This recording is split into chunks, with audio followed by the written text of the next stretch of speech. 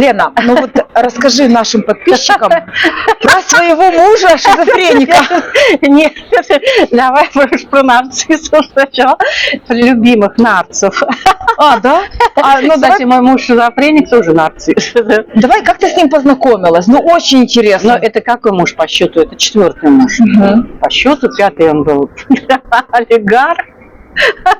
Еще говорят, что, знаешь, с кем-то не закончишь отношения, да, не проработаешь карму, встретишь точно такого же. У меня вот все мужья и все мужчины мои прямо, ну, прямая противоположность предыдущему. Все никогда подобных у меня не бывало таких. Ну, если кому-то это интересно. Мне очень интересно. Расскажи про шизофреника. Не, а вдруг кто-то из подписчиков познакомится с шизофреником и не будет знать? Ой, я не могу, с шизофреником уже 31 год уже вместе. Да, а как вот он тебе понравился? Ну расскажи же. Так он очень красивый, он самый красивый мужчина в Швейцарии, кого я только видела, понимаешь, в своей жизни. Один из самых красивых мужчин. Вот я шла по улице, люди останавливались, мужчины, женщины, у него такие волосы до пояса. Я скину тебе фотки, может, ставишь туда. Ну, черно-белые, старые еще такие. Вот. Но он был такой очень загадочный, да? Он такой мужчина-загадка, как-то привезет меня на мотоцикле, до свидания, и уедет. Привезет, уедет, ничего не надо ему. Думаю, ну какой-то такой человек-загадка, мне так нравится, знаешь, такие, которые, ну, не клепаются, такие не бегеры любви, знаешь, как попрошайки прилипалы такие, а такие мужчины, которым, ну, сами по себе отрешенные, да? Отрешенные, да. А в этой жизни, как вот еще Оша сказал, ты не можешь распознать два типа людей: шизиков, они загадочные, и просветленных. Ну, ясно было, что он не просветленный, но я не знала, что он такой, как бы, на вид нормальный, знаешь, такой красавец. Моего года рождения, знаешь. И мы с ним как-то быстренько поженились, потому что я не могла насмотреться на него. Он такие бывает лица, Вика, что не могу, просто хочется смотреть и смотреть. Но все же любят красоту, что здесь такого? Ну, красивый. Хорошо, а вот какие-то моменты странные ты не замечала, да? Ну, замечала, конечно, курил он там дорогое, 5-10, а потом это увидела, что он попадает в какие-то странные состояния. Какие? Сам с собой разговаривает, знаешь, кому-то отвечает там на вопросы, никого рядом нет. Я говорю, Маркус, с кем?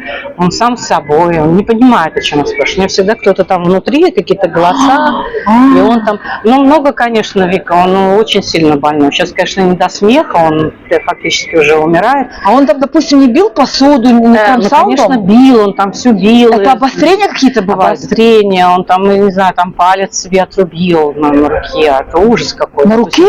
Да, он ужасно делает вещи, там всего не описать, это жутко вообще. У него все какие есть маньяк, вот такой вот список всяких. Но единственный человек, наверное, я. Его ложат в отдельную палату в мягкую. Это только я, кого он не боится и кому он доверяет. Ну, вот такое у нас доверие какое-то друг к другу. Вот, ну что я могу сделать? Я и когда замуж выходила за олигарха, я сказала, покупаем дом вместе с Маркусом, потому что я заберу Маркуса с собой, я же не оставляю своих там так просто.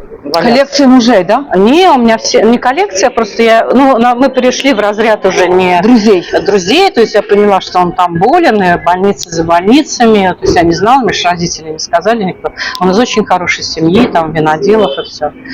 Но, видишь, любовь, я не могу его оставить, он все хуже и хуже, я вот ухаживаю за ним всю жизнь. Ну, это уже... То есть, получается, с возрастом шизофрения ухудшается, да? Ухудшается, плюс наркотики, плюс таблетки психотропные, плюс он, конечно, сейчас уже в ужасном состоянии. Сейчас он в психбольнице опять лежит, и я приеду из Хургады сразу в психушку. Ну, это продолжается 30 лет. 31 год, да? Да, то есть он периодически в психушку попадает? Ну, да? 2 раза в год. Это обострение. Да, в какой момент обострения? Ну, вот, у шизиков обычно перед Новым годом, ноябрь-декабрь, Рождество и весеннее обострение. Да. Так что смотрите, если кто-то себя ведет весной ранней плохо. Так что это да. Слушай, ну сейчас же шизофреников много. Мне это не тяжело, он для меня пришел в разряд детей, понимаешь, вот если вы верите, я не знаю, там как твои подписчики, но я очень верю в реинкарнацию, я сама видела в своей жизни прошлой в медитациях. Он мне в прошлой жизни был ребенком моим потерянным. Я его в поезде, у меня было 2 девочки и мальчик, такие вот за подол держались. Я это ясно видела много раз, эта картинка перед глазами стоит. А мальчика я потеряла, нас куда-то в вагонах перевозили, война или какой-то 20-й год. Маркус был, я даже помню вот его эти черяшки. Я его потеряла, видно, в этой жизни нашла, но перепутала, думала, что мой муж. Когда осознала, то есть поняла, что мне нужно о нем заботиться. Ну, может, кто-то посчитает, что я шизофреник. Такой же гоню, но у меня свой такой стиль жизни. Ты такая в потоке. Я в потоке, да, в потоке. Слушай, Елена, то есть получается самый первый признак шизофрении, что человек общается сам с собой, да, так, ну, как бы. Ну, у него там и паранойя, и маниакальная, депрессия и так далее. У него много там список 20 километров. То есть у шизофреников еще паранойя, да? Да, он еще может, он вообще не в себе. Но в основном шизик, он слышит голоса в голове, сам отвечает, разговаривает. Вот такой. Такой тоже вот у меня муж. Один из мужей такой. Ну, в принципе, в жизни много всего, кроме мужчин, интересного. Очень много. Правда? Ведь можно не только о мужчинах, правда? Так, ну что, давай перейдем от одного мужчины, от шизофреника, перейдем к тому, как тебе нарцисс не давал спать. Депривация сна. Не, ну что, ты такая интересная. Блин, эти нарциссы, это уже какое-то имя нарицательное. Слушай, ну нарциссы, даже настолько они надоели, блин, их так много сейчас. Ведь они же были всю жизнь, понимаешь, нарциссы. Их раньше просто демонами, бесами называли. Или мудаками. Или ёбнут, о господи. Да. Вот. Как-то наши вот бабушки, наши матери терпели вот этих всех, как мы их сейчас нарциссов называем. Просто раньше называли вот мужиками вот такими мудаками. Идиотами, да, мудаками. Вот. А сейчас у них есть определенное название НРЛ, нарциссическое расстройство личности. Ну да, не дает спать. Вот как не дает нарцисс спать, как мы вот этот последний индусятина. Индусятина, как мне спать не давал. Вот только ты, значит, ложишься. А сплю я в 8, так как я человек света, светлой части дня, вечером не выхожу на улицу. В 8 я сплю, а он в 8 только просыпается. Ну, демон. Дьявол конкретно. Мне попался сильный такой. И вот он, значит, Вика, что он там делает?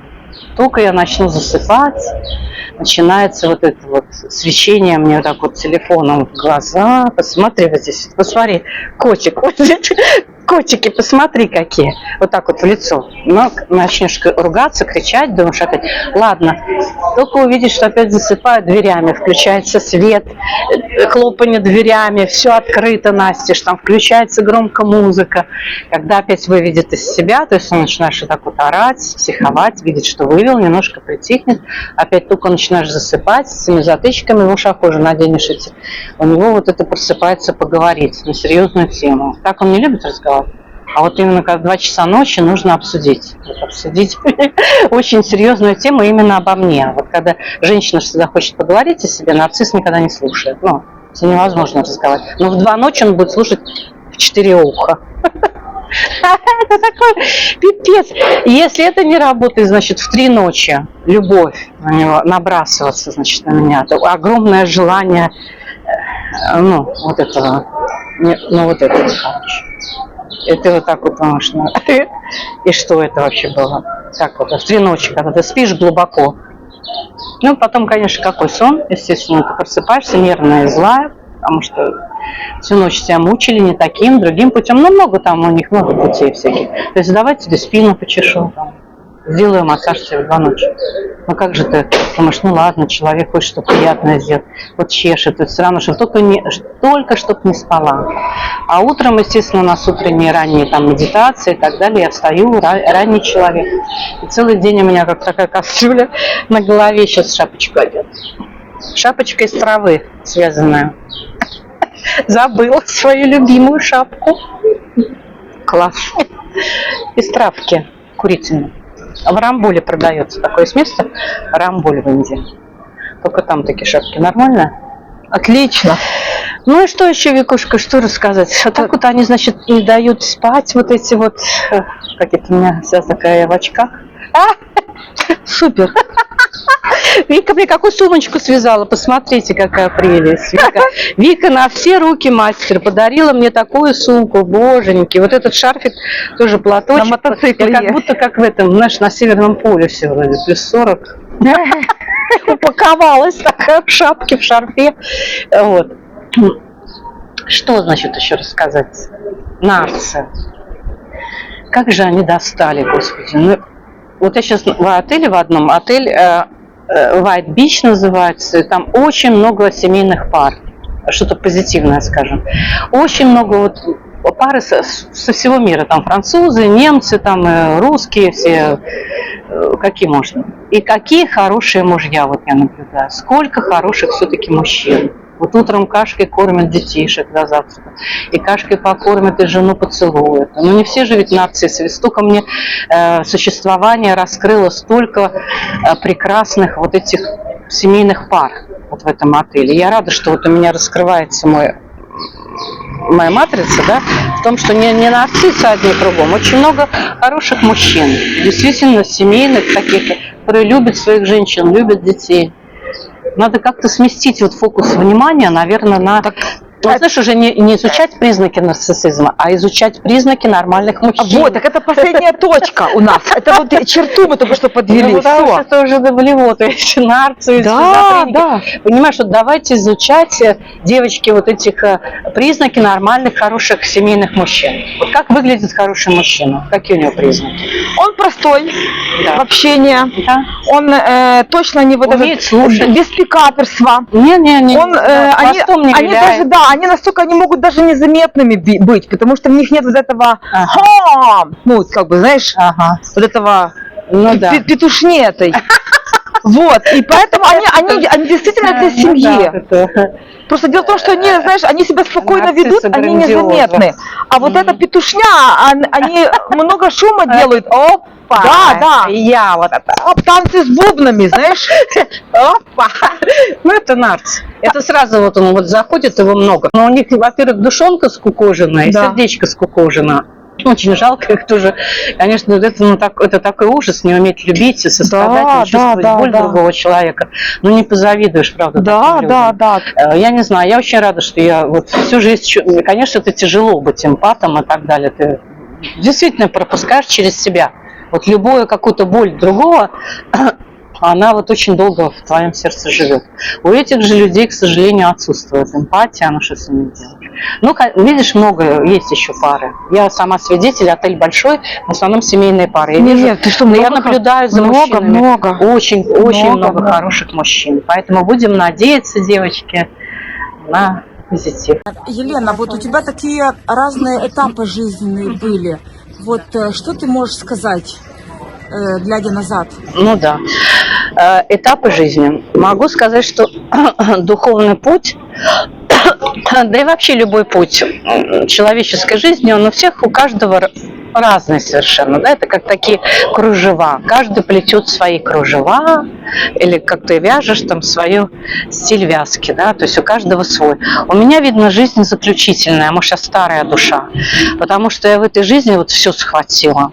То есть начиная там с Питера, с родителей алкоголиков, алкаши у меня были родители такие конченые, бандитский Петербург, там, знаешь, вот это все, очень много друзей, подруг похоронила, потому что был действительно бандитизм был, это отдельно можем сделать, если интересно, но не хочется о печальном, такой прекрасный день.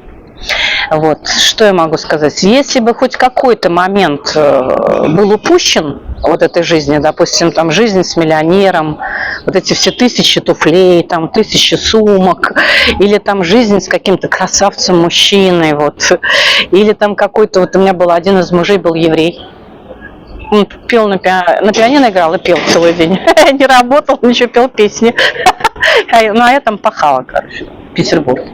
Но это тоже такой красивый этап жизни. Это такое, знаешь, музыкальное сообщество.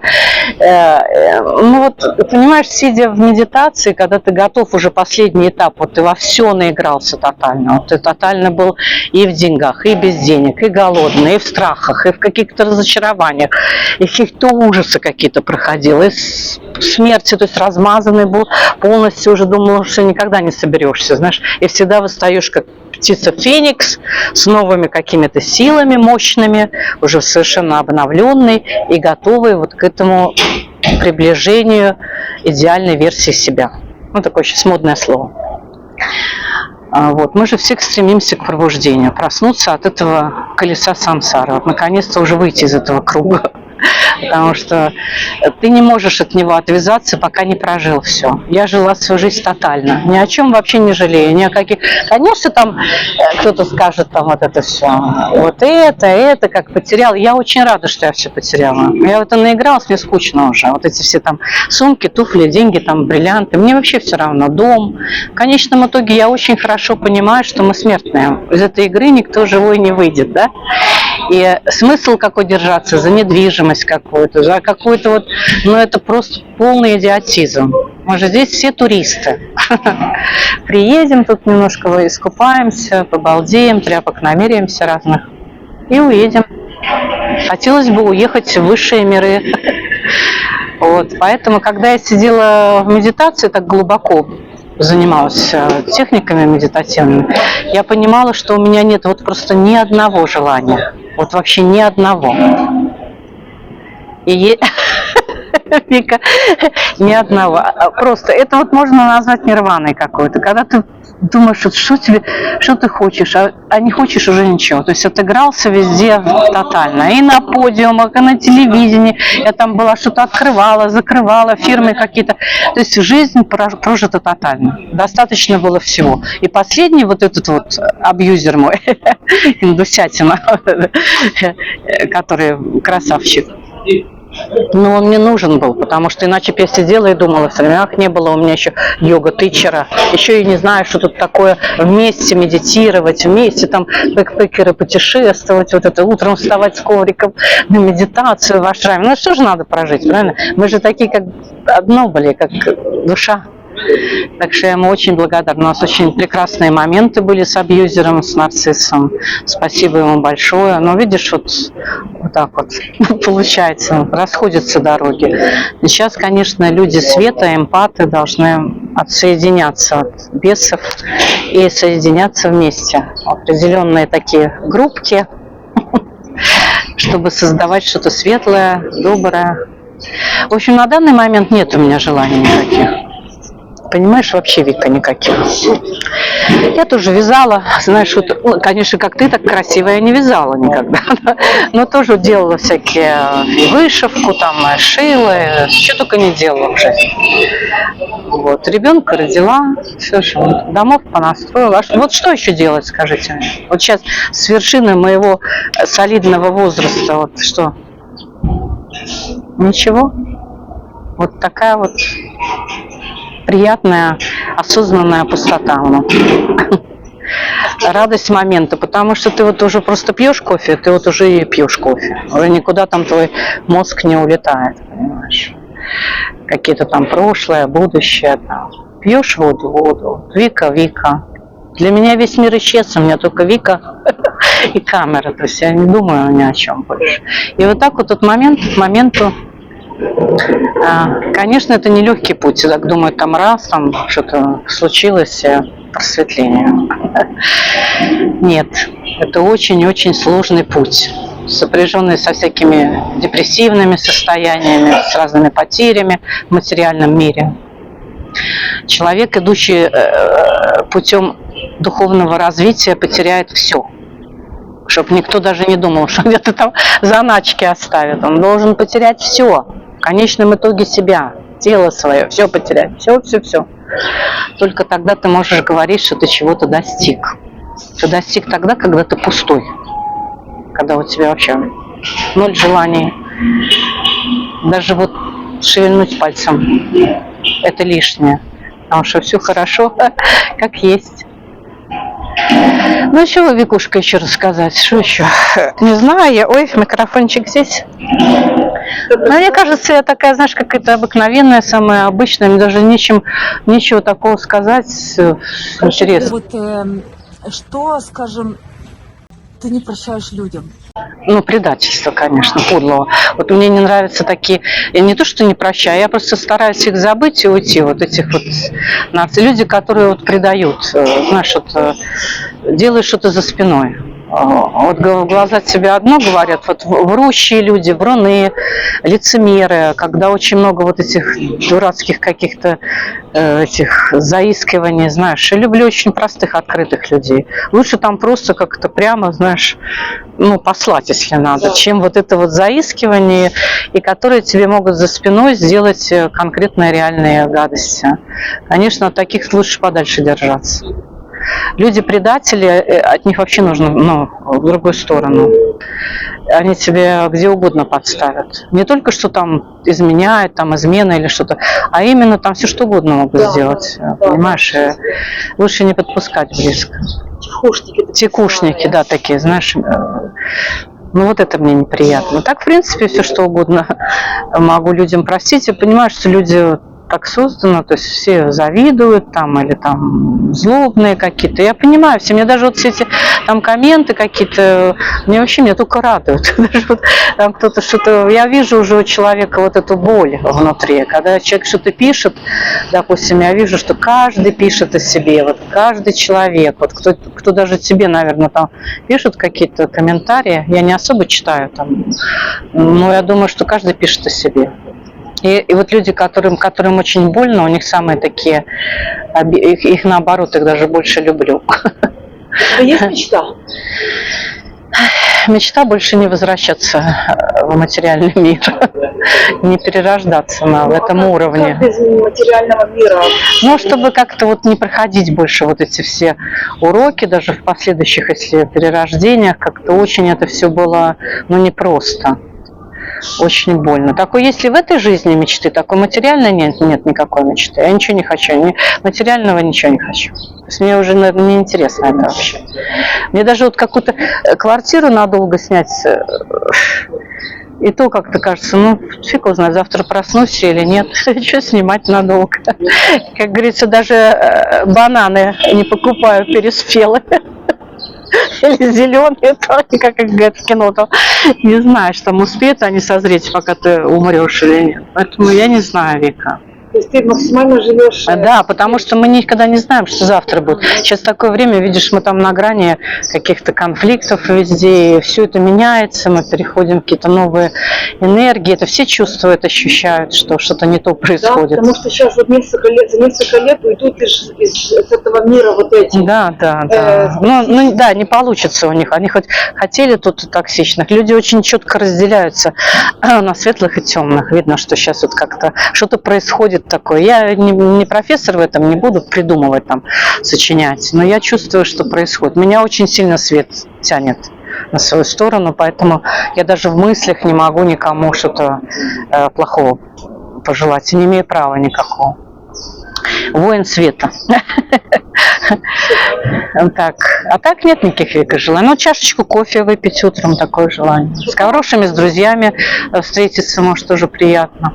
Простые такие. Такие простые, на закат посмотреть. Ну, не знаю, даже видишь, что хоть это все даже уже и матрица, и ты понимаешь, что ни закатов, ни рассветов, но все равно приятно. Птичек послушать. Какого мужчину ты бы еще хотела увидеть рядом с собой? Мужчину даже не знаю. Хотела бы я и увидеть его. Не знаю, Викушка, надо что же вовремя выходить из этой лиги. Мне кажется, это очень как-то некрасиво. Вот это, знаешь, когда женщина в возрасте, вот это похоть уже, высунутый язык, какой мужчины, вот это, особенно за молодыми вот бегать, но это вообще некрасиво. Вот человек все-таки как-то должен красиво стареть. Мне так кажется. И вот мне уже даже иногда стыдно, вот так вот ловлю себя на мысли, там, ой, мужчина, потом думаю, боже, стыдоба какая, знаешь, жену, седина, как говорится, в волосах, и все это бегать за мужиками, но уже смешно. У меня их так достаточно было в жизни, она все прожила, чего. Ну, может быть, если бы какой-то человек, мастер, может, духовный, такой человек-учитель, без нижних чакр, а просто вот как друг такой хороший, я, может, могла бы вместе там путешествовать еще немножко. Сейчас, получается, большое количество людей функционирует на 3 нижних чакрах. Это вот секс, еда Ну, они всегда так. и деньги. Да. Вот, то есть подавляющее большинство, то есть это людей так специально заземляют? Или они такие... Да нет, это каждый вот, ну же тут людей-то мало, Вика, как вот уже мало, в основном боты, да, серые массы. Люди, ну это уже, наверное, все видят, знают. Есть люди телевизоры, которым там ничего не надо, они выше этого не перейдут максома, как говорится. Я каббалист, у меня есть определенный язык. Ведь встретиться с Творцом нужно быть подобным свету, подобным Творцу. А подобие Творцу – это отдача и любовь, чистая отдача. А кто у нас тут отдавать умеет? Ну, мы уже, наверное, говорили, я не помню об этом, в прошлом видео. Ну, тут все же берут, посмотри, все берут в себя. Глазами смотрят в себя, еда в себя, там, все это в себе. А подобие свойством Творца – это полная отдача, чистая любовь. Я тебе даже больше скажу, я знаю несколько девчонок, у них были там, ну, поклонники из Каира, из Эльгуны. И потом, когда они ссорились, там, через несколько месяцев, эти мужчины показывали список того, что они им покупали, где они их кормили, сколько стоило блюдо. Это в списке они держат тут, представляешь? Ну, они как дети, Вика, ну ты не должен, что на них реагировать? Это вот весь мир, они как дети. Я вот сейчас со своего как бы уровня смотрю, но я не могу даже обижаться вот на этих людей, потому что они на таком спящем уровне находятся, они настолько спят все глубоко. И они просто как маленькие дети. Вот не зря же нарциссы, они как дети, там, все 7 лет. Ты просто смотришь на них, ну, пусть они записывают, пусть они там на горшок ходят куда-то. Я не знаю, ну, что они там, футбол играют, там, что у них там развлечения у этих людей, какие?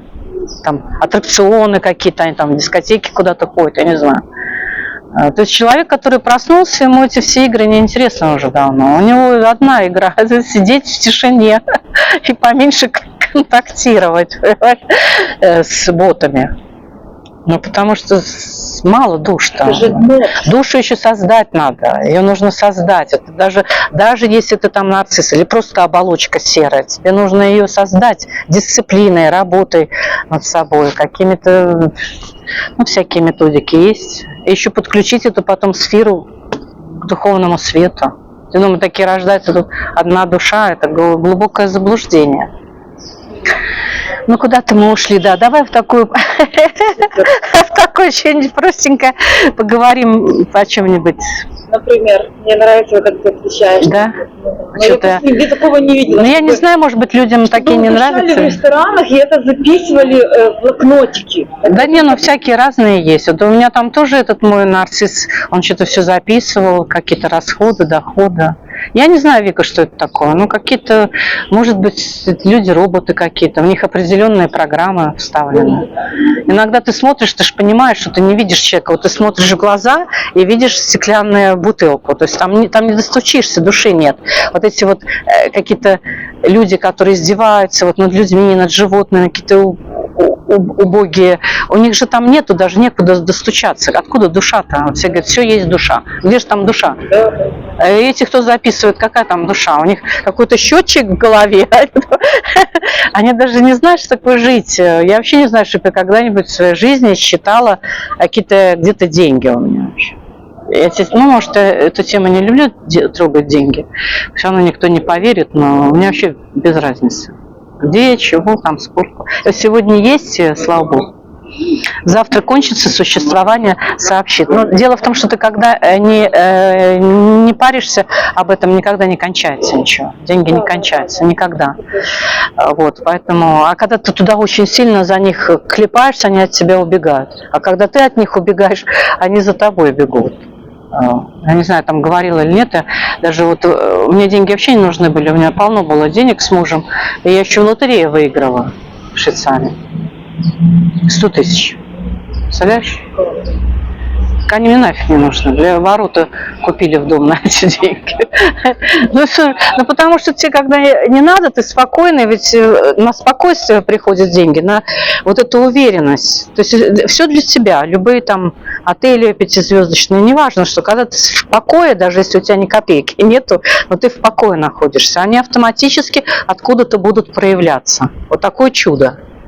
Потому что не нужно вибрировать вот в этом. Страшно там, завтра останусь под мостом. Вот, именно, да, когда ты входишь в эту вот такую Да. ключку страха. Обязательно ты получишь. Да, понимаешь? Они начинают самое. Да. Ну, стань внутри таким миллионером, тебе все притянется автоматически. Чтобы не было вот этого, нет денег, Да. ну и нет. Ну и нету. Да. То есть они же люди, вот, допустим, я среди богатых людей живу, в Швейцарии вообще в основном все миллионеры. Они всегда спокойные, Вика, они не суетливые, вот они какой-то в глубоком расслабухе, в медитации. Просто поймай их энергию, вот, стань спокойной. Если вот людям, может, кому-то поможет это, вот просто слови энергию, как богатые люди двигаются. Вот они сядут и сидят где-то в саду, там, с фужером какого-нибудь шампанского, там, сидят, тихонечко разговаривают, тихонечко там играют в гольф. У них даже игры какие там. Один удар по мячику, по шарику, полчаса перерыв. Там, знаешь, то есть они не суетятся, понимаешь? Богатые люди, они очень спокойные. Никогда не выпячивают на свои эти перлы, часы, там, вот, машины. Там. И спокойная футболка, джинсы, нормально. Очень спокойно разговаривают, всегда такие открытые к общению. То есть не перебивают, там, как-то умеют слушать. Вот просто посмотрите, как ведут себя действительно истинно богатые люди. Не вот эти пантужные нарциссы, там, шоу-бизнес, там, дебилизм, вот это, а настоящие люди, которые там действительно что-то делают, занимаются, там, вина выращивают, там, какие-то продукты, там, что-то. Ну, они очень спокойные. И просто на этой волне оно и притягивается все. Чего еще, Вика, нам о чем нам поговорить? Ну что ж, на сегодня все. Подписывайтесь на канал, ставьте лайки, пишите комментарии и обязательно смотрите видео, которые я оставляю в заставках. Там всегда много ценного. И до скорых встреч в Египте. Пока-пока.